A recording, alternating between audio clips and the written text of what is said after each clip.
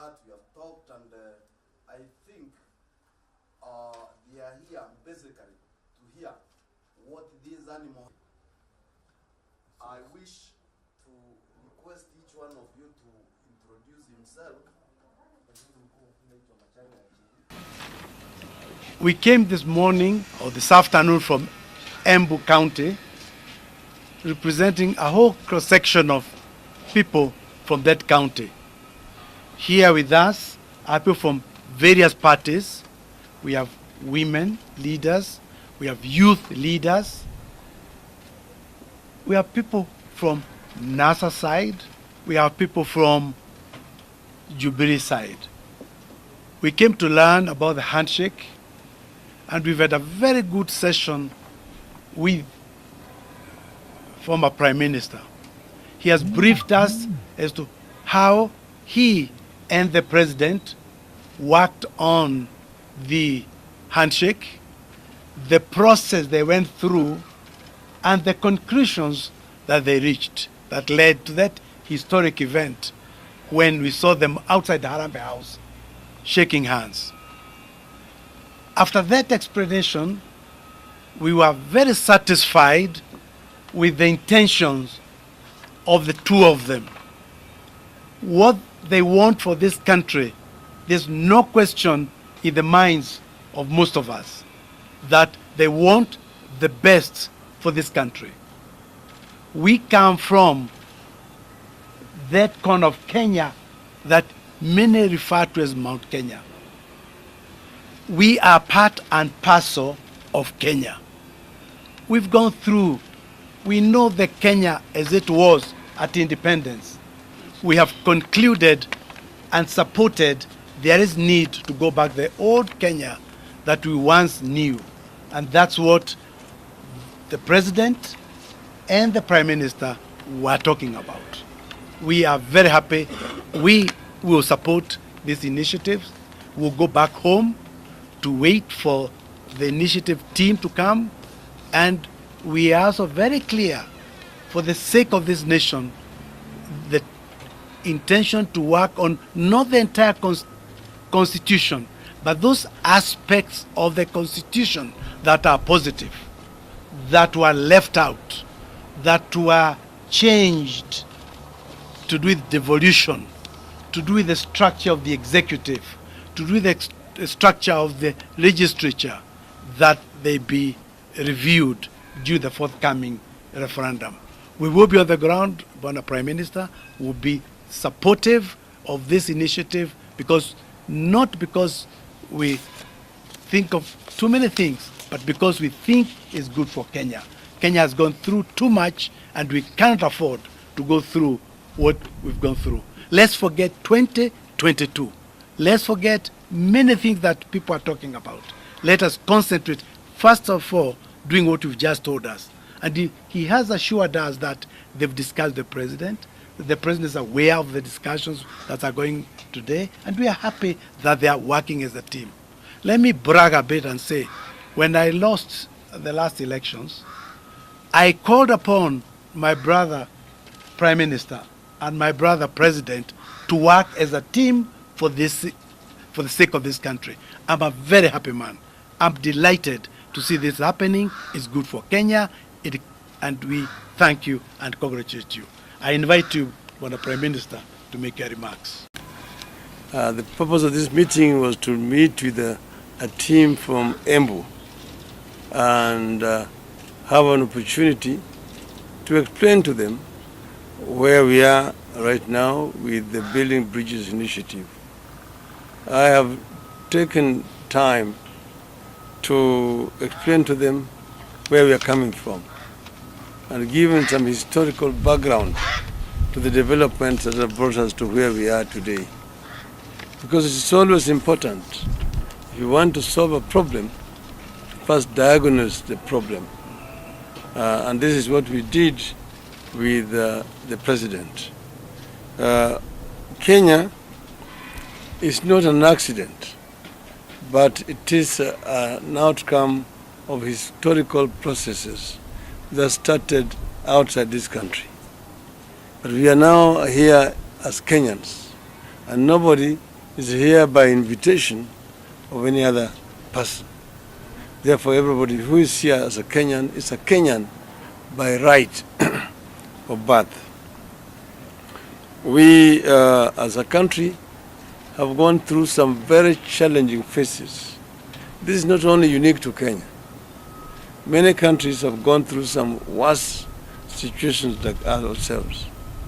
We just need to find a way of moving forward where we are. We know that we want to build a strong, united, and prosperous nation as envisioned by the founding fathers of our nation. They wanted us to have a God-fearing nation that is blessed, a nation where justice is the shield and defender, a justice where people live in unity, peace, and liberty, and where plenty are found within the borders. That is basically the canon as coined by the founding fathers of our nation. So that is the direction we want to go. And we've said that we need, as a people, to look at where the rain began to beat us so that we can be able to find a way forward. And I've told them that we agreed to address non-issues which are contained in the Memorandum of Understanding that we jointly signed with the President. As a result of that, we've set up a team which we call the Building Bridges Initiative team. They're right now in the process of sampling views from various Kenyans as what they think is wrong and how they propose to solve it. This team is going to be going around the country and come up with some recommendations. Me and the President are also now going to go around and meet the people and talk to them. And I've assured them shall be going to Embu area to talk to the people of Embu, the Embu. So I am very happy that this team is led by my brother, Joe Nyaga, with whom we have done very many things together. We've been with Joe in the trenches in fighting for changes in this country. He has been very forthright in many ways. As you know, he was my minister in charge of cooperatives, very competent minister, and he has also been a presidential candidate. So Joe knows this country very well. He's traveled around the country, and I think that with his leadership, we can be able to make a lot of progress, bring people together. This basically, in summary, is what we have discussed today. Thank you. Thank you. I think I don't really want to answer for Steve. Steve is very capable of answering what you just said.